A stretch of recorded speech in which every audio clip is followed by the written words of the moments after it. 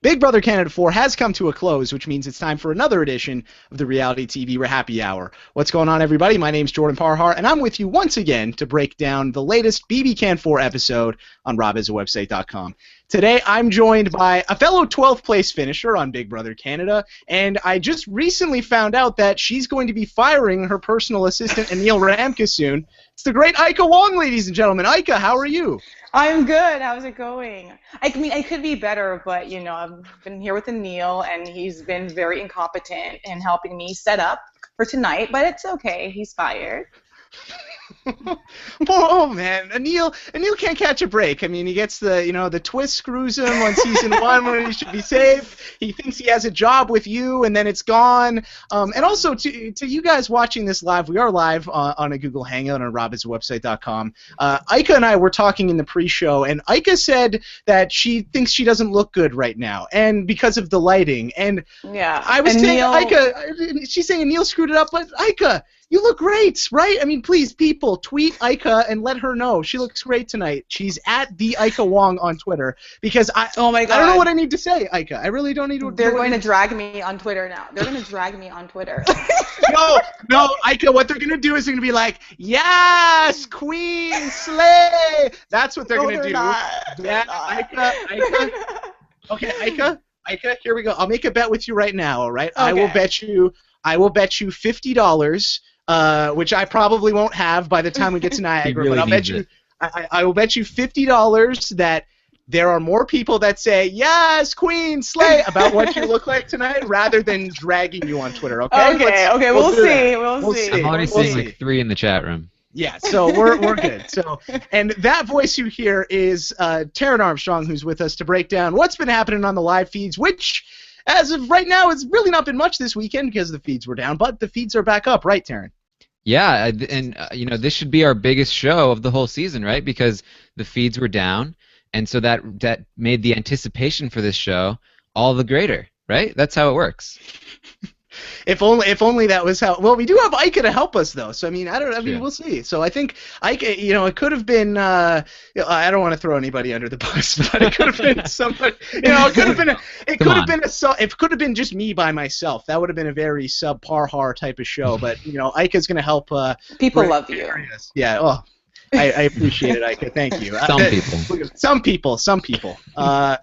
Anyway, guys, we are, as I mentioned, we're live on RHAPisawebsite.com, so we're going to be taking your questions tonight. So if you want to get some questions in, there's 2 ways you can do that. You can leave a comment on the YouTube video, or you can tweet me. I'm at Jordan Parhar, and use the hashtag RHAPpyHour with your questions. We'll get into those later on in the show if you have anything you want to ask Ika, Taryn, or myself.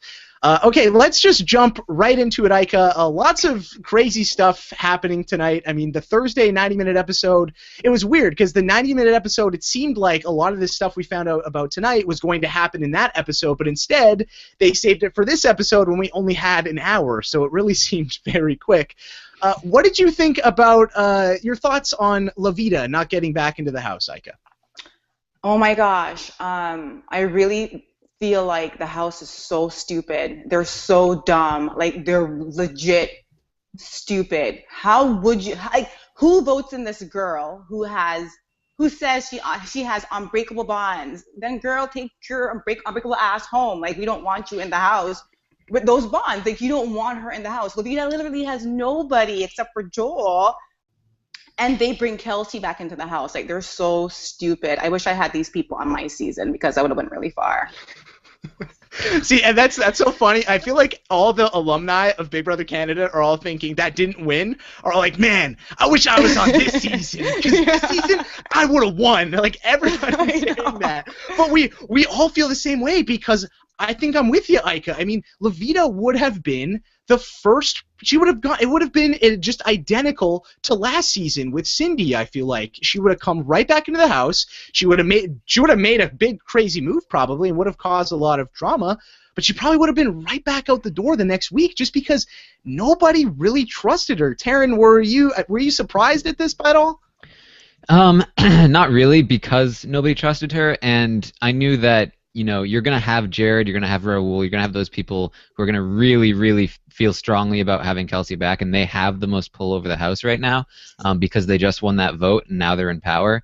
And then you have people like Tim, who never really had a great relationship with Levita, who, you bring Kelsey back, and now everyone has to look at the third wheel again. They have to say, well, we have to go after them now. And for people like Tim, who had his back in the corner, like, really last week, basically coming into this week, that's a really great thing to have.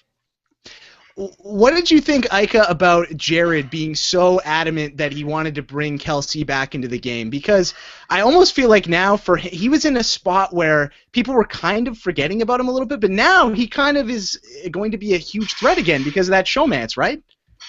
Absolutely. Like, usually when you are in a showmance, the guy usually does go first, and she went first, and then he brought her back in so he could just go right before her. Like, you know what I mean? So I do feel like on both sides, I get that it's a number for him and it's an ally for him, like somebody who will not, come after him.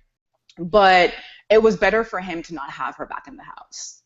Yeah, and I didn't get that. Jared, I mean, he had that going on, and then what about Ika when he's just like screaming at Raul and he's just like swearing at him and going crazy? Can you think of a time, like, what would you have done if your alliance member would have been yelling at you in the pantry like that? I feel like I would have been that person yelling at Raul, like, Raul, like, pull your shit, like. Can you imagine, Jordan, if you told, like, someone something in secret and they're like, well, I'm going to look for that person in the house, how, like, horrible that is? I would have dragged him. Like, I didn't really care that Jared did that. I was like, yeah, because, like, Raul is so stupid. Who does that? Like, who does that? Who tells? Oh, yeah, God, and then I don't know if it was the alcohol or what it was, but that just really came out of nowhere. They just said, okay, Raul, please, like, we're going to tell you later, but just, like, calm down. And he's like, no, I need to know right now. And they said, okay, well, we'll tell you now, but just don't tell anyone. And then he goes and runs to Mitch. Taryn, has Raul ever shown behavior like this on the feeds before? You mean like not being able to keep a secret? Yeah. Not really, but I mean, like, you're gonna. When you go and you tell Raul, yeah, you can't trust the person you probably trust most in the house, and you don't really give him an explanation, of course his first instinct is going to be to run to Mitch. Like, the right way to have that conversation is to, like, wait a bit, don't, wait for the alcohol to wear off, sit him down and have a, like, lengthy conversation with him about, this is the thing with Mitch, this is why you can't tell him, we have all this proof. And make sure that he knows the importance of it. No, don't just be like, hey, by the way, can't trust Mitch. See ya. Yeah, it was just such all over the place. Like, Ika, do you think that just because for me, I was watching these guys just really crumble, and they seemed to get back together by the end of the episode, and it seemed to be okay, but Ika, how has this third wheel alliance managed to be so dominant in the house with playing, with their gameplay that they've exemplified tonight? Because I feel like when you're in the house, even if you're not a strong player, that house views people in terms of popularity. Like, cool kids versus the not so cool kids, the good-looking people versus the, in their eyes, what's good-looking and what's intimidating to them. Because the whole house could really they could have been against Raul and Jared and not bring Kelsey back, and they would have been on top. But they choose to empower these people again because they're popular in the house, and like, not within Canada, but in the house, they are the popular people. And I feel like that's why they've been able to get so far. It's because people are somewhat intimidated by them for reasons that are beyond me. Like, I have no idea. Raul sucks. Kelsey just got a little bit decent because she was trapped in a room with Levita, and Levita gave her some information. And, like, I just feel like, girl, bye. Goodbye. Girl, bye, indeed. I was gonna. What I was gonna say then, because that's really interesting that you bring up that point with the popular people in the house having power, but then on the outside, it's kind of the opposite. Those people that are in power aren't really popular from Canada's point of view, and then when Canada gets power, they decide to give it not to those popular people, but to the unpopular people. But my question I was going to ask you, Ika, is does that mean since Sabrina was in the first 5 and was rolling for the first half of the game, that means she's a super popular person, right, Ika?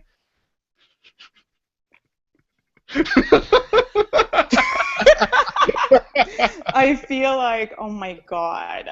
Sabrina was that girl who was in the popular clique, but she was on the, oh god, Sabrina, of course she's getting tongue-tied.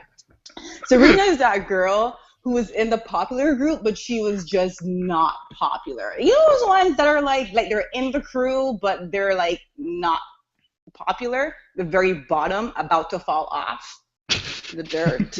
And constantly scheming to make sure they're staying in that group. Yeah, like Sabrina's like, she's like one of those try-hard people that tries really hard to be popular, and they have no choice but to accept her but to like put up with her. She's one of those kind of girls. All right. Well, Ika, so I didn't like so. It seems like you're like an expert on like high school dynamics, Ika. This is great. Like we should do like a podcast about like some high school movies in the summer, and then you can explain all this stuff, like The Breakfast Club or something like that. Okay, so enough Sabrina Abate talk. Yeah, enough of her, please. Yeah. I don't want her 2 fans dragging me on Twitter. Okay, I don't want it. It's okay. It's okay. For those 2 fans, they can come at me. I'll take it. I'll take the Sabrina haters. Come at me, please. I'm willing to. I'm a big boy. I can handle it. Okay. The nominations. Okay. So ultimately, I mean, very interesting episode. I mean, Raul is really, I mean, as you said, just horrific gameplay, getting drunk, telling Kelsey and Jared, yeah, it's good, just tell me what it is, and then he just runs to Mitch and tells Mitch everything. Then he manages to win head of household somehow, which I was stunned. I couldn't believe it, and he won. And now he's taking a shot at Mitch and Jared. So sorry, not Mitch and Jared, Mitch and Joel. I misspoke.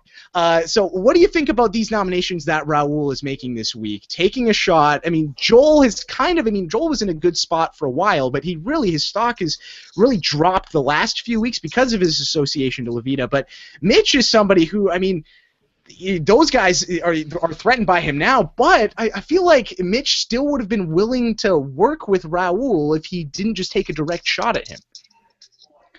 I feel like all of Raul's game moves or gameplays, I remember in the DR, he was like, this is my HOH, nah, bitch. This is Kelsey's and Jared's HOH. So, and that is that's what happened. Had Kelsey had not been back into the house, Mitch would have never been on the block. So clearly his decisions are influenced by Kelsey and what's his name? Jared. There we go. Yeah. Ika's pulling a Cassandra last week's eviction. What's her name again? Yeah, Taryn, you had something you wanted to say.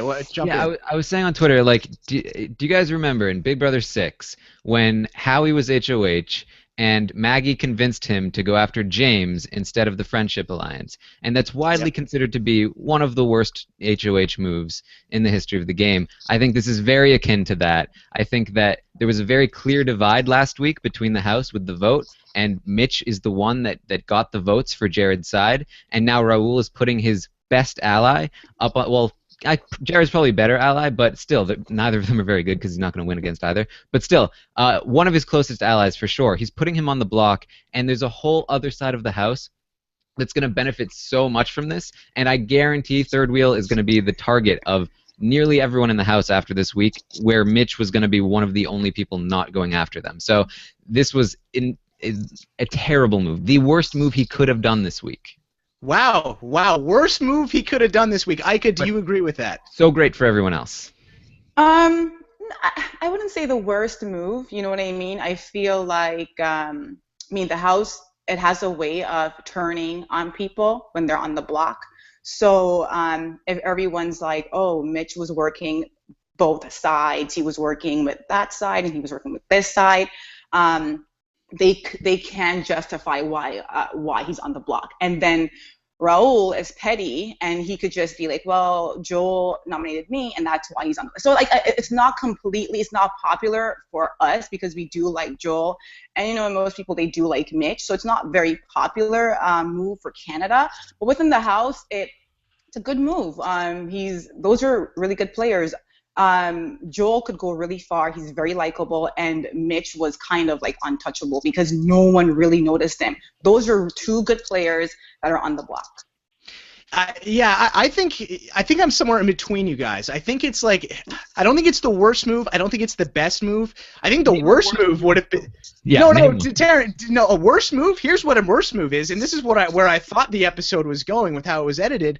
I thought Raul was going to win HOH, and then I thought he was going to say, I'm just going to put up Jared and Kelsey because I'm mad at them, and I just want them on the block because of that whole situation. And honestly, I don't know. You disagree with that, Taryn? That's a way better move because he's a target next to Jared and Kelsey. Like, he's gonna get put up on the block next week if somebody like the brothers or Tim wins and wants to go after third wheel. He's gonna get put up on the block. He may not go home next to one of them, but like he's still in that area of being targeted, whereas if he had turned on them because of that argument, he would still be seen as this emotional player that everyone wants to keep dragging along, and he's going to be, I mean, obviously it's still a terrible move either way, but like at least there's much less of a target on him. Yeah, it'd be a terrible move, I think, for Raul, but like a good move, a good TV. Terrible move, man. Definitely putting your lines on the block, but great television. As seen during week 5 of Big Brother Canada 3, for anybody who wants to go back and watch that a week again. It was fun. It was fun times for everybody in Canada except one person. It was good times. Okay, so yeah, interesting. I don't know. I'm excited to get more info in the feeds, and we'll get into that in a little bit because they've just come on. Because I still don't really know how I feel about this, just because I need to decompress my thoughts about everything that we saw. Ika, do you think that Mitch has what it takes to get out of this situation? Because I feel like this is going to be a turning point for like in the future, once the season is over, we're going to look back at this point of the game, and we're going to say, all right, this is when Mitch proved that he wasn't as good as we all thought he was, or we're going to say, wow, Mitch is a phenomenal player, and this is where we first learned that. Yeah, I definitely feel like this is what I think. I think if Joel goes around and tells the house guests that Mitch told him just to take all the blame about Levita, Mitch will go home, and they'll see Mitch for who he really is, and Joel can get out of this. If Joel tells people what Mitch wants him to say, then Mitch is he's a genius. Like, yeah, right? Like, Taryn, why would Joel's not gonna do Mitch's dirty work for him, is he? Especially now that they're on the block together. Not now. Whoa! What happened there? I can't say not now, apparently. Yeah, I was going to say, Taryn, it sounded like Ika's internet from the pre-show transferred over to you. That's what it was. Don't try to make it out to be something it wasn't. Okay, here we go. Take 2, not now, and then what were you going to say? Yeah, I now that they're on the block together, there's no way that Joel is going to go along with it. I think it might have worked had they had but we don't know what happened because we didn't see the feeds. We don't know if that conversation ever even happened. But I don't think Mitch should have done that. I think that he needs to go. He just needs to go to Raul and say, "Listen, I was working with Levita. I'm not now. Obviously, I'm with you guys. Blah blah blah." Going to Joel it gives him so much ammunition, and it just completely says, like, I have blood all over my hands. Look at them. I really didn't like the move by Mitch. I think if that's what we're gonna see from his campaign, I don't think he's gonna last long. Yeah, it's sort of like somebody committing a crime and then not going to the cops, but then you go to, like, somebody else who the cops are also thinking of, like, pinning it on and saying, look, here's all the stuff I did. And then that person has the power to be like, maybe I could just sell this person down the river and I'll get off scot-free. It's just I didn't get where Mitch was coming from, but I do believe in Mitch. I think that we barely saw anything, and I think if anybody can overcome this, it's him. Ika, right now, with just where things are at in the game, what we've seen from the edited television show, who do you think is in the best spot in there right now? From the edited, I feel like Nikki. Nikki, like just to, you're just saying to last, or you're saying to win? Wait, it's like breaking up. I can't hear it.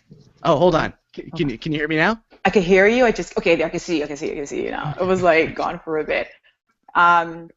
So I feel like Nikki is, just because the house sees her as like weak. Well, I see her as like weak, annoying, emotional, and she doesn't win anything. And I feel like if you drag her to the number 2 spot, no one's going to vote for her to win because she's not Canadian and she didn't do anything. So she's in a really good spot, I think. In terms of to win, who do you think is in the best spot? Oh, God, it's so early and things change so quickly. But in terms of in a good spot to win, oh, it changed. I thought Ramsey was in a really good spot until he hooked up with crazy Maddie. And then and then now yeah, it's so hard. It's hard to say. To win. If Kelsey gets to number 1 spot, I don't know. I'm not quite sure. Who's in a good spot to win. Ika Wong, not sure. This is. I'm not. Stunned. It's because they're so unpredictable and they're so stupid that the decisions that you think they should make, they're not making it.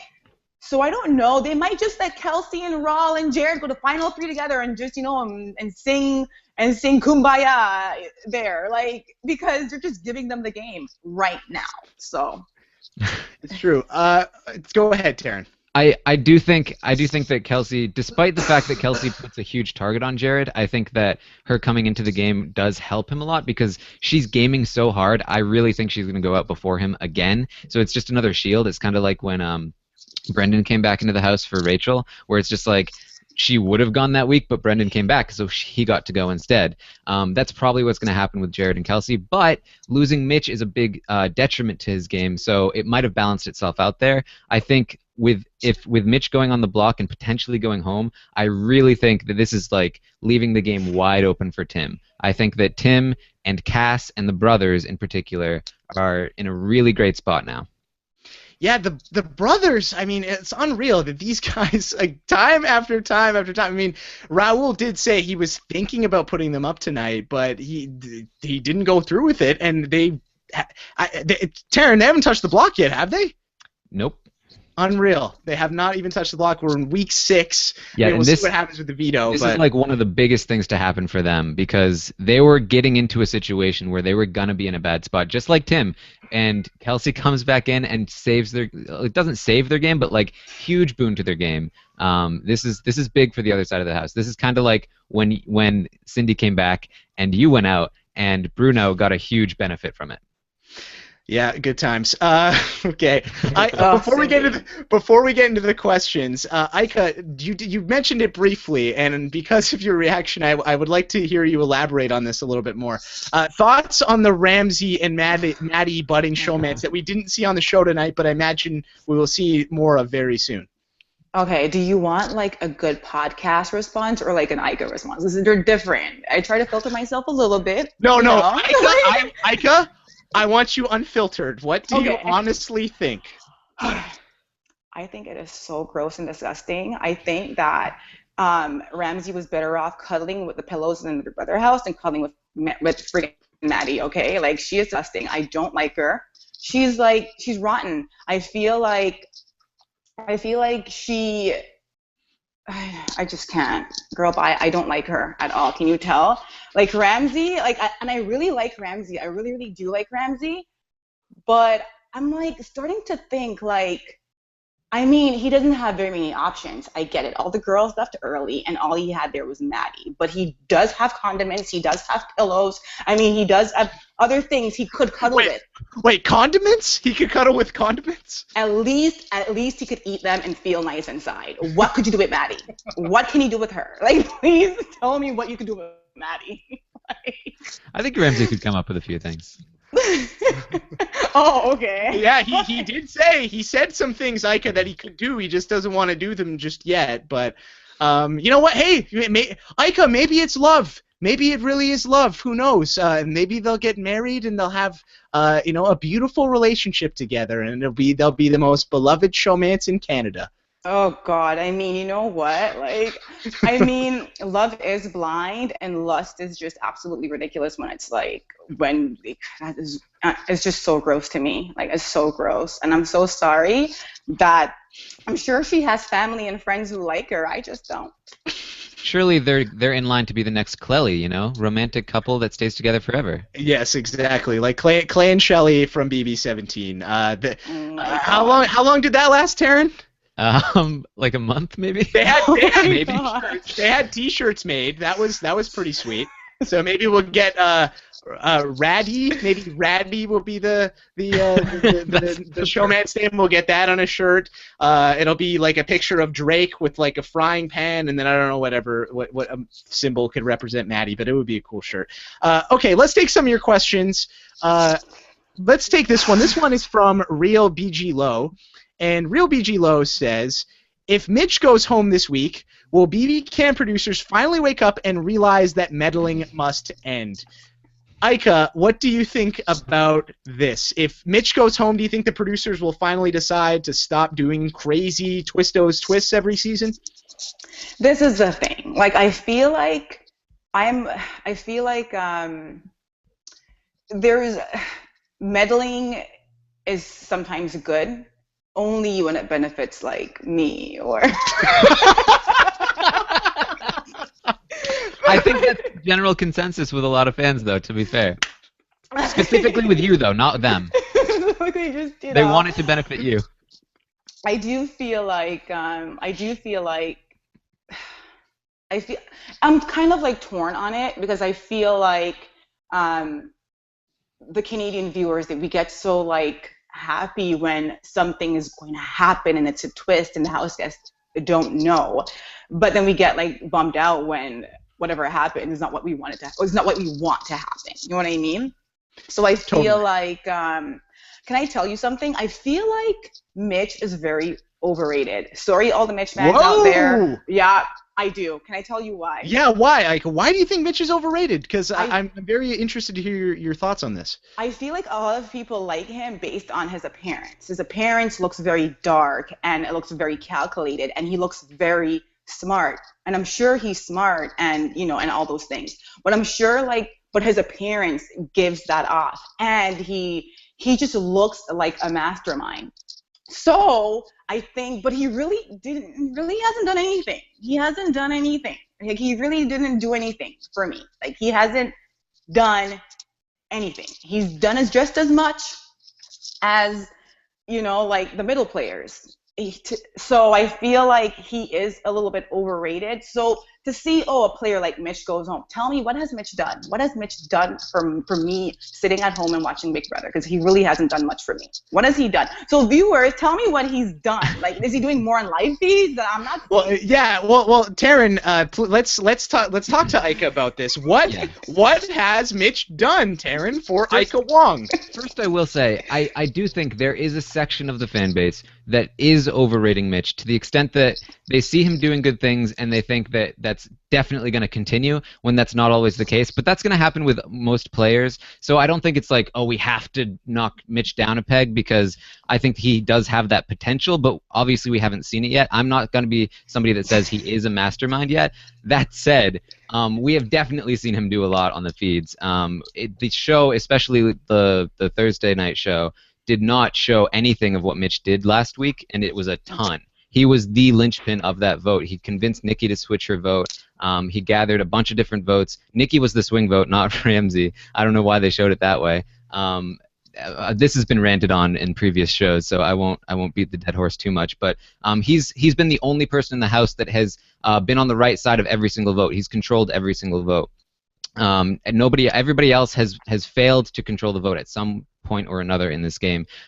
We may see that happen with Mitch this week, in which case, obviously, he's not living up to our expectations, but he has done, I think, more than anybody else in the House to this point. I haven't seen it. It's been But I mostly don't on watch the feeds, live to be fair. feeds. Yeah. Yeah. So there we go. So we still don't know what Mitch has done for Ika Wong, but for the people on the feeds, there you go. There's Taryn's response to you. Okay, here's one from in response to what we said at the top of the show. Sammy, that girl Estes, hashtag yes, Queen Slay. So there you go, Ika. It looks like I was correct so far. Okay. Okay, this one comes from Doc Cobrin, and he says, I anticipate my laundry drying more than this episode of BBCan 4. Yeah, the last couple, I mean, I thought this episode wasn't bad. The last one was like a little bit lackluster. Just in general, Ika, what are your thoughts on this season so far? I think it's a really good season. I really do. I feel like the twists aren't like super crazy where it's unbearable to watch. It's not like they're not throwing twist after twist after twist, at you, like, or it doesn't seem that way to me. You know what I mean? But I feel like in terms of like, they're legit people that I can't stand. They're people that I like, people that I want to root for, that I'm just not rooting for them yet. So it gives me a good balance of people. Like, you know what I mean? Like, you want to cast with people who you just can't look at, people who you love, and people who are emotional, people who are crazy. And I feel like we have Cassandra and Raul, they're crazy. We have, Ramsey, who we want to like, but then he's with that. And then we have, and then we have Maddie, and I'm not quite sure if it's a general consensus, but I just cannot stand Maddie. I feel like she's just so catty and shady. Like, what has Levita ever done to you? Okay, like, it's not Levita's fault that your hair is thin and you need a weave. It is not her fault. Like, what has Levita ever done to you? Like, why was she so hateful? And then I just feel like then you have the Kelsey, like the person who you don't want to see go far, but like she's gonna go far. Like, I feel like there's a group of people in the house where it brings out different emotions in you, and so I think it's a good cast overall. It's a good season. I think what you just described is exactly what we're looking for as fans, right? Is a bunch of people you can root for that you really enjoy and you like, and then a bunch of people who you don't really like so much, and it kind of balances it out really nicely. Okay, let's take another one, and I had it and I lost it. So here we go. This one is from Moose Girl 1996. She says, if Mitch would have kept Dallas or brought back Levita, then do you think he would have been safe this week? He kept giving into Jared's side, and it seems to have tanked his game. Yeah, first of all, let's jump into this. So, Ika, do you think if Dallas would have stayed, if Mitch would have changed his vote and kept Dallas in the game, that would have helped him this week? Yeah, I would have, Dallas was the first person who went home where I was, like, really, really angry about. I was like, why would you send him home? I was so mad. And I really feel like if Dallas was still in the house, I'm not quite sure if he would have won HOH or whatever, but he would have still been a big target for Jared, for Raul, for Kelsey. If I also, like, if Dallas was in that house, that unanimous vote to bring back Levita or Kelsey would have been much more difficult, would have been much more great to watch, would have been better TV. Dallas is just a better person to watch on television, but they kept Maddie. Don't you think it was weird too that we saw in the episode that it was just so quick? Like, it was just so quick. Like last year, the Godfrey, Ashley, Sarah decision of deciding to vote me out of the jury, that took like 3 hours and it was very intense and crazy. This, it seemed like it was just like 5 minutes and then it was over. Like, how long do you think that took, Ika? I would hope. I feel like, okay, I'm the kind of person where if there's two people who are not in the house and I don't like Kelsey and I do like Levita, I am not changing my mind. I don't give a damn what you're gonna say to me. I will not change my mind. Those are some weak ass people, like, for real. Like, I would hope it would take like 10 hours, right? A day, because they would have to promise me final two for me to change my damn mind. Like, I am not changing my mind. I don't get how it was so easy and so quick. I don't get it. Yeah, it was so fast. I mean, this is a huge decision. It's somebody coming back into the game that could completely destroy your own game. I mean, it does. Like, I just don't get why they were just all like, yeah, okay, like, sure. Like, Maddie and Cassandra and a few people were talking, and Joel said, you know, it would be good if we kept, you know, I think Levita's a kind-hearted person, and I think we should keep her. But he kind of, I mean, and I guess it makes sense because it's Joel, and he knows that if he's scared to put his neck on the line, and I was that kind of player too. But at the same time, I mean, it's just, it's frustrating just watching it just be so easy. It was. I just feel like, especially knowing that if Kelsey returns, there's a 3 people alliance, a trio, like not a duo, a trio, like you know what I mean? Like, who does that? Who votes somebody else in the house when they have like I can't even talk right now. Yeah, I mean, yeah, Taryn, talk to us about this. I mean, oh wait, guys, Anil is here. Anil is here! Breaking news! Hold on, Anil, come say hi. Come say hi, Anil. Oh my gosh, here comes Anil Ramkasoon, Here. well known for getting screwed by the Chevrolet power shift in Big Brother Canada 1, and having Suzette yell at him and say, "Nobody trusts a word coming out of your effing mouth, Anil!" Oh, can't wait to see her next week. Oh, Anil, how's it going, man? Not bad. Great episode tonight. Yeah. And Neil was all about Kelsey, by the way, and we had do you guys know the spoilers who won Veto? Or are we allowed to? Not yet. No, we haven't gotten into that yet, Anil. But you know what? Let's just hop into it right now because we might as well. So if you don't want to know who won the power veto and all that kind of stuff and any spoilers, now is the time for you to tune out. So we thank you for joining us today on the RHAPpy Hour. Don't forget to subscribe to the podcast. Go to robhaswebsite.com/RHAPpy and follow us all on Twitter. I'm at Jordan Parhar. Ika's at the Ika Wong. Anil, you're at Anil Joshua, right? Yep, that's it. There we go. And Taryn is at Armstrong Taryn. Okay, here we go. Spoiler time. Taryn, who has won the power of veto? Jared has won the power of veto, and it looks like he will not be using it. And based on the talks we've seen, it looks like it's a done deal. Mitch is going home, and I really don't see why it wouldn't happen that way because there's zero reason for anybody to keep him at this point unless Jared and Kelsey, come to their senses and decide that they need to keep him because they do. But it doesn't look like that's happening, and so obviously everyone's going to capitulate to that because that's great for their game. So it looks like Mitch is a goner.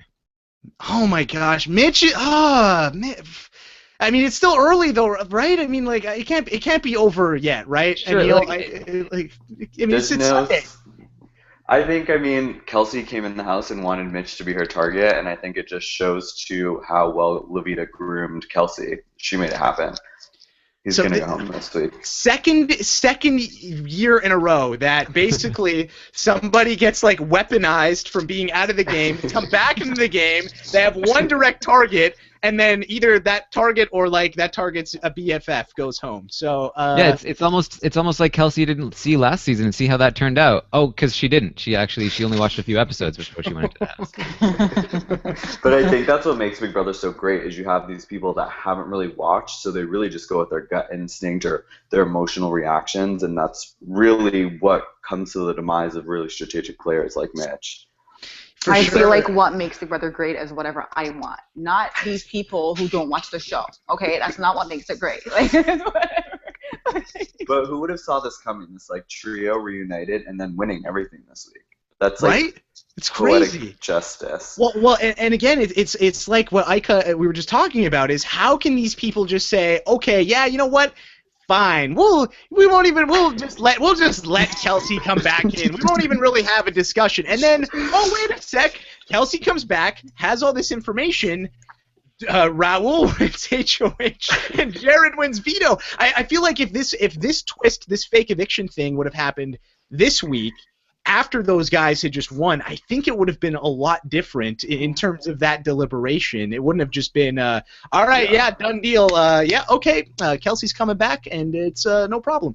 So, wow, so Mitch looks like he's going home. That's crazy. So, Anil, what do you think, if Mitch goes out here, what do you think his Big Brother legacy is then? Because a lot of people were saying Mitch is like going to be one of the best people ever. Yeah, I mean, it is early, and I think that if he does weasel his way out, all the hype was real. But I'm not the biggest Mitch fan. I do think that, you know, people like him play really strong, but then crash and burn right in the middle. I don't know anything about that. I think Mitch had the worst possible run he could, where last week he went against what all the fans wanted, and he caused the flip to not happen, and he was totally like an Andy about it, and so everyone was mad at him about that, and now he's getting his comeuppance in a way that's not really his fault, but people are obviously going to want to blame him for it. So I think it was a 1-2 punch, and I think his legacy is just going to go down, down, down, down. But what legacy are they talking about that I have? Have you seen the legacy that? Yeah, he's like socially aligned himself really well, where like each person feels safe with him. Like, Ika's not buying the Mitch love. Ika's still... You know what? Yeah, it's because I watched the edited version on television. I am like the regular fan that just watches TV, right? Yeah. And then you guys are the super fans who watches live feeds. So the information that we're getting, it's a lot different. Yeah, and I think the show, the edited show this season has been very, very different, like more so than usual to what's happening on the feeds. I really don't think they've done a great job at representing what's been going on, especially last week where so much happened, and they had a 90-minute episode to cover it, and we got a ton of filler. You didn't want to see Emmett in a suit? Come on. For 30 minutes. I mean, yeah. Why not? This little, oh my god. I like seeing Emmett in a suit, okay? I know you like seeing Emmett in a suit. And Anil, we've already established that Big Brother, what determines what good Big Brother is what Ika wants to see. And Ika wanted to see Emmett in the suit, so it's good TV. It's good TV. Okay, so I asked Ika this question, Anil. I want to get your take on this. Who do you think is in the best spot right now moving forward, hypothetically, if Mitch is the one to go out here in Week 6? Well, I think Nikki is obviously shoo-in for Final 3, but I think Cassandra is actually playing one of the most like underestimated games, where she's like socially aligned herself with enough people to get by if she is on the block, but like hasn't really won enough to be a serious threat. Yeah, I think Cassandra's a really interesting one because I really enjoy her on the show. I think she's great, but I keep waffling with her a little bit. I mean, because like Raul, I never would have thought Raul would have considered her as one of his nominations, and then he said, "Yeah, I can't trust what she says. She's just going to go around and spread it." So that reputation kind of scares me a little bit. Taryn, just from what you've seen on the feeds, is that something that is widely? Is that how Cassandra is perceived as somebody who people can't really trust? Yeah, definitely. She's very smarmy, and people see that. She was doing the Mitch game, but more open about it, I guess. Like, people didn't like her as much as they liked Mitch. But you know, she's had a few things go her way. Like this twist isn't coming back to bite her because the people that didn't like her didn't come back into the game. Like if Levita had come back, she was gunning for Cass, she was gunning for Tim. So she just kind of got lucky that the bullet went to Mitch instead of her. Yeah, thoughts on Tim's game so far, Ika and Anil, because I haven't asked you guys on what you guys think about his game so far. Last week kind of looked like it could be going off the rails for him a little bit, but right now it's looking better for sure. Can I tell you something? I would have been really happy if Tim thought he could come to Canada with his koala bears, okay, and say, "Oh, you guys nominate the people." I would have nominated his alliance, put Cassandra, and I would have put. Who else is in his alliance? And Nikki on the damn block. That's what I would have done. And he'd have to do it and honor his little koala bears, okay? These people are dumb. Like, this guy tells you whoever you want on the block, I'll put them on the block, and you're going to let him have it and smile and key in the house. No boo-boos. Cassandra's going on the block, your closest ally, and so is whiny-ass Nikki, okay? They should have done that. And that would have been great. That would have been great TV. You think you could come in Canada and bring your Australian ways? Well, we'll send you back out with the Canadian way. We'll nominate Cassandra and Nikki, and no one did that. No one, like, who are these people? Are they not as petty as me? Yeah, I would have done the same. You would have done the same thing, right? Yeah, but we're team petty. We're team petty. Team petty. Hashtag Team Petty. I mean, yeah, Neil, go ahead.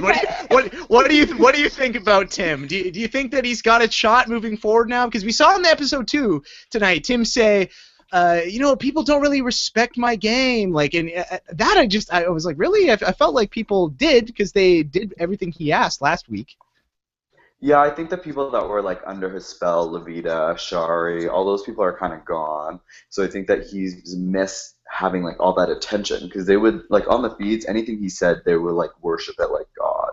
And I think now people are just treating him like a normal house guest, and he's not. He kind of is an attention seeker, and I think he's not getting it. But I do think Tim's going to get one of the double eviction bullets coming out. Yeah. I think it's going to have to be swift and quick. I don't think they can go after him in a week. I think he'll find a way out, but in a double, I don't think he could. That's one really interesting thing that we haven't even really seen yet is by week 6 we're about halfway through really at the halfway point of the game. We haven't seen a double, we haven't seen an instant eviction, and we haven't seen a triple eviction. You guys think that we'll see? Do you guys think we'll see a triple at some point? Well, you have to think they brought somebody back, so there has to be either 2 doubles or a double and a triple. I think that triple was just special for the 3rd season, triple. Oh, I get what you're saying. I don't know. Just the 3rd season. I hope so. Although I feel like for the psychological well-being of Kevin and Willow, I kind of hope that there is a triple, so that way they have like new friends that they can bond with. Be like, yeah, we got screwed over too. You know what I mean? Because, but as a player, like as somebody who's been in there, the triple. I hate seeing that. I really hope that it doesn't happen this season. But I'm just so curious why we haven't seen that kind of stuff yet. It's got to be coming soon. Okay, let's take some more of your questions, guys. So again, if you want to send us your questions, you can leave a comment on the YouTube video, or you can tweet us using hashtag RHAPpy. Actually, before that, Taryn, anything else on the feeds other than the veto? I don't think so. I do want to say quickly that we were talking about if Dallas had stayed. I was saying when the vote looked like it was going to go against Mitch and Dallas was going to stay, that would have been great for him with the twist, with somebody coming back in. Inadvertently, I think it would have saved him from his current fate. Unfortunately, it would have been bad for his game if somebody hadn't come back in. So we saw him get his way and then kind of lose for it. Yeah, that's Big Brother for you. I mean, it just you think you've got it all figured out, and then you don't, and the rug gets pulled from underneath you. Okay, so it looks like Anil has bounced out for a sec. Anil ditched us. Anil ditched us, so it's back to just the Ika Wong show. And because it's the Ika Wong show, we've got a question tailored just to Ika. This one is from Kevin Paul. Kevin Paul says, Ika, if you could shred anybody's letter in this season, whose would it be? Oh my God, you guys really have to ask. I would jump in and intercept Maddie's letter, and I would shred that. Okay, shred Maddie's love letters to Ramsey. I would shred that letter, no problem. I know. I mean, this is the thing. Every season, there is somebody that I just can't stand. Excuse you. Really? I'm doing an interview here, okay? Ika, what happened there? Did Anil just burp? He was making a bunch of noises. How rude. It's fine. Anil can do what he wants. Here, well, and we should let the audience know you're at Anil's house, so if I'm at Anil's house. So he can kind of make whatever noise he wants to, Ika. He should be able to, right? Yeah, it's his home. But I think I'll shred Maddie's letter first. And I think it's only because I started not liking her a lot when I think it just brought back bad memories for me when she backdoored Levita. Levita was on her side. She didn't consult her alliance. She screwed Dallas. She screwed Levita. People who were for her. For popular people, and I feel like it reminds me of what Rochelle did to me with Sabrina and the whole Kenny thing. So it's just bad memories. I'm just, just a little bit bad memories for that. So and just how she did it, Levita was sitting there and she was just being so mean about it. And I was just you little bitch. like, you know, and I just didn't like her from that point. Like, I didn't like her before that, but I especially didn't like her at that point. I'm going to ask everybody in the audience tonight if you could, before we go to bed tonight, and I had this plea earlier in the season, I told everybody, please pray to the Big Brother gods and ask them to have Levita survive this week and win HOH, and that's exactly what happened. So I need you guys to do this other thing for me as well. Please, before you go to bed, pray to the BB gods that Ika Wong and Maddie Pavel enter a Big Brother Canada house together at some point. Please. Pray for me. As a fan, I really want to see it. And then if that doesn't work, let's pray that Ika and Sabrina go back in the house together. Oh my God. Jordan, I feel like you don't like me. I really feel like No, Ika, I love you. I love you. I'm just saying as a fan. Now, Ika, I'm saying what I want for my Big Brother, what I want to watch. You're saying earlier Big Brother's only good if you think it's good. It would be good if you and Sabrina were there together again. That was... Oh my gosh, that was the golden era of Big Brother. You guys in that house together. I feel like I'd kill her and they'd evict me. And security would come in and take me out of the house. Is that what you want? You want security to take me out of the house? No, I don't want that. I don't want that. I think Ika, I think you're crafty. I think you could think of some other ways to make it look like, walking on the stairs, like, you know how you walk past Sabrina that one time, and for those of you listening, Sabrina Bate, Big Brother Canada 2, was walking down the stairs. You, Sabrina. Ika brushed her on the stairs. Like, just kind of like this. If you're watching this on the audio, subscribe on YouTube at Reality TV RHAPpups. If you go like this, just like brushing it, that's really all it was. Like, you touched shoulders, it was nothing. But Sabrina claimed that you, like, shoved her and just, like, pushed her, and it was just, like, this great, very, very fun times. Okay, let's take another one. Can I say something quickly? Go ahead, Ika. I personally cannot stand Sabrina. She ruined my game and she got me out. So I'll forever be bitter and petty. Yes, people, her 2 fans on Twitter who will drag me tonight. Yes, I am petty and I am bitter. However, I will give her the props, and I'll say that Sabrina is hands down one of the best cast members that Robin has ever casted for Big Brother Canada, ever. I'll give her that. I feel like season 2 was amazing because we had, like, legit a-holes, we had crazy people, we had sass, we had so many things going on, and I feel like season 2 wouldn't be as good if Sabrina wasn't there. As much as I can't stand her, I could recognize that. Wow, Ika, I'm so impressed. I knew you didn't have kind things to say about Sabrina, but that we'll take. That's a kind thing, I think. So there we go. I've been watching Dr. Phil lately, so Oh man, Ika watching Dr. Phil. That's Phil from the house. Yeah, Phil is that Dr. Phil. No, is Phil. Okay, let's take another one. This one is from Sheena123. Sheena says, ask Ika what she thinks of the girls getting evicted week after week. I mean, 5 women gone in a row. Yeah, what do you think about this, Ika? Because, I mean, this kind of happened on your season where the girls kind of just, like, went at each other. You guys tried to get a girls' alliance together, but it just never could become a thing. So why do you think this is? Why have we just why can these girls not just sort their crap out? This is the thing. I'm not quite sure if your house was the way of it, because I feel like when I was in the house, I feel like when you walk into Big Brother Canada, like that house, it's kind of almost like you're stepping back into the 1930s or the 1950s, and women are lesser to men, and the women in the house view themselves as kind of like lesser to men. They think the men could like take care of them and carry them, and they're not as strong and they're not as good. And I feel like it enrages me because I feel like not all women feel like Sarah on your season definitely was a strong, independent woman with her own mind. So not all women are like that, but the majority of them are, and that is why they target women, because they feel like women, they'll say, they're catty or they're weaker, and if this person's on the block, then they'll go home. But if they target men, they feel like it's more threatening to do that. That's what my experience was like in the house. Yeah, it's.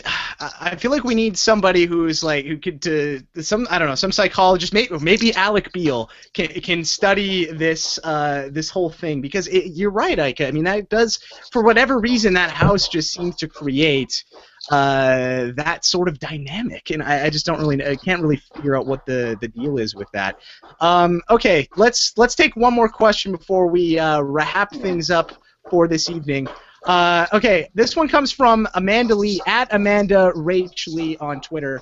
She says, what do you guys think Mitch should do to save himself? Hashtag RHAPpy Hour. So I'll throw this to you first, Taryn. What should Mitch do to save himself? Basically, I think his only chance is to go to the other side of the house and say, listen, those guys, Jared, Kelsey, Raul, they betrayed me. I'm going to go after them. I hate them. Maybe even say it to the whole house. Maybe say he wants to get some blood on his hands. And then hope that they decide that they want to keep him in order to go after them, those three. I don't think that's going to work, though, because they already had Joel on their side to do just that, and Joel proved that he could do that. So there's really no out for Mitch here. Even if he gets the third wheel back, they can't rally the votes to save him. There's really nothing he can do, I don't think. Oh man, poor Mitch. Ika, do you agree? Is there anything Mitch can do? I feel like I kind of like, I live for the moment on Big Brother, and I wish I had done this, you know, like looking back, where somebody it's kind of like a for sure thing that they are going out, where they just like go in the living room, stand there, and just start screaming and yelling, and they're just like, I'm going after this person and that person's my target. Kind of like what he just said, but just a little bit with the crazy to it.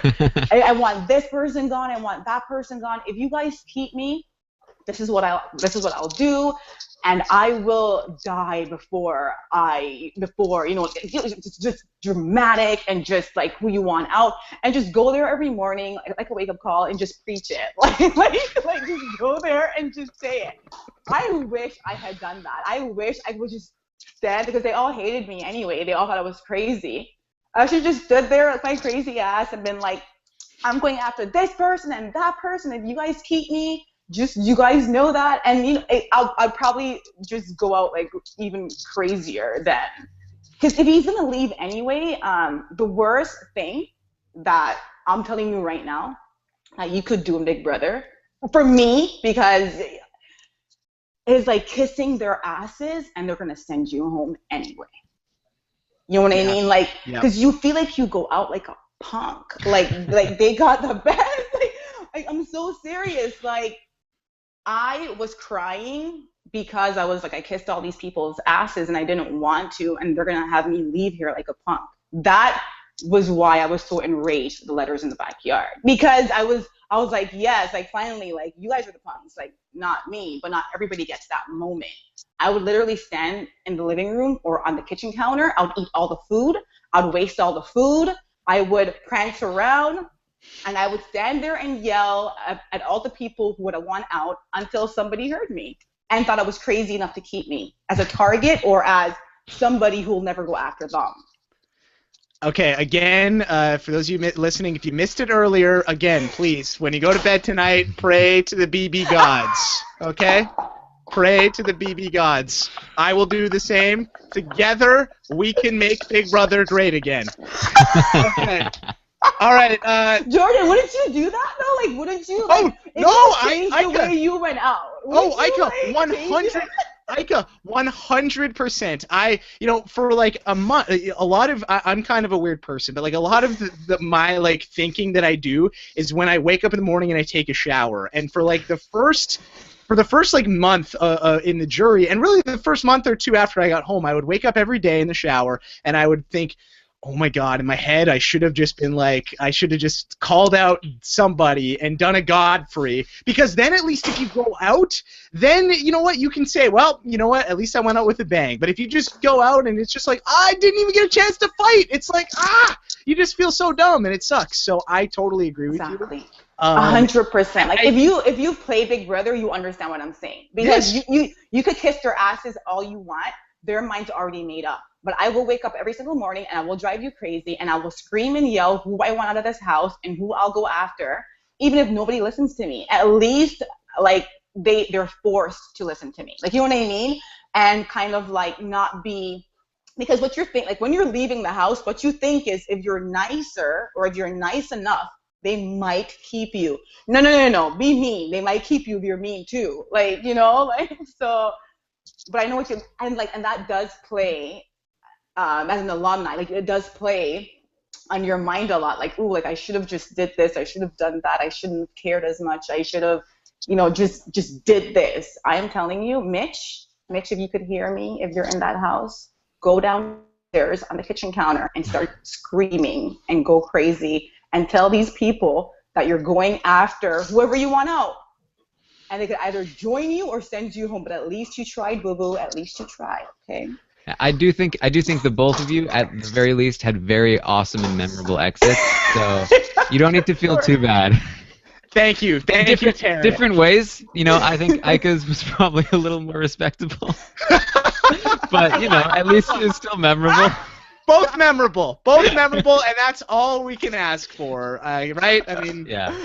12th, you know, honestly, Ika, the 12th placers, myself, you, Tom Plant, and Dallas. I mean, we have quite the crew assembled now. It's sort of like, I don't know, I don't know what the all the other like assembled placements, what they come up with, but us four. It's good. It's kind of good TV, I think, with how we all went down. I think it was good. We all went out 100% ways. 100%. I really feel like and I'm not just saying this because it's us, but like we have like Tom Plant. When you think of season 1, you think of freaking Tom Plant. You gotta recognize, like, you know what I mean? And like we have like Jordan, like we have Ika, and we have Dallas. Those are some good. All the strong people leave for. I'm gonna stick with that. There we go. It will help me sleep better at night. Exactly. Me too. Before I pray. Okay. I do want to say quickly before we go, I do want to put it on the record. I think this twist was really unfortunate. I think that this season had really been building to a Mitch versus Tim dynamic, and we saw the first battle of the Mitch versus Tim thing happen last week. It was so crazy. It was one of the best weeks of feeds I have watched on Big Brother. We didn't get to see it on the show, and now Mitch is getting hit by a stray bullet, and we're not going to see the rest of that fight. And I really think that's disappointing. I feel like Kaser, because Big Brother just delivered this to me on my birthday, and I'm very sad. And with that, we will wrap things up for this evening. Thank you for joining us on the RHAPpy Hour. Really appreciate. Ika, thank you for taking the time out and figuring out your internet at Anil's house to come on and talk with us. And send Anil my best. It was great. I know. Anil, he says bye. Bye. And Taryn, thank you as well as always for being here. See you next week. Yeah. See you next week, Anil. Although he may hurt you. He's just going to be on all the podcasts now in the background. Yeah, exactly. You get Anil every week. Okay, so don't forget to follow these guys on Twitter. Ika's at the Ika Wong. Taryn is at Armstrong Taryn. I'm at Jordan Parhar. My laptop is about to die, so I'm going to try and get out of here very quickly. We need a hashtag. Quick, I don't know what we got. Just pray to the BB gods. Maybe we'll do that as the hashtag because we brought that up so much. So hashtag pray to the BB gods. Let us know what you thought about this episode of the RHAPpy Hour. Leave some comments at robhasawebsite.com. I always read those and really appreciate it when you do that. You can also leave a review if you go to robhasawebsite.com/RHAPpy Hour. That's happy hour with an R at the front.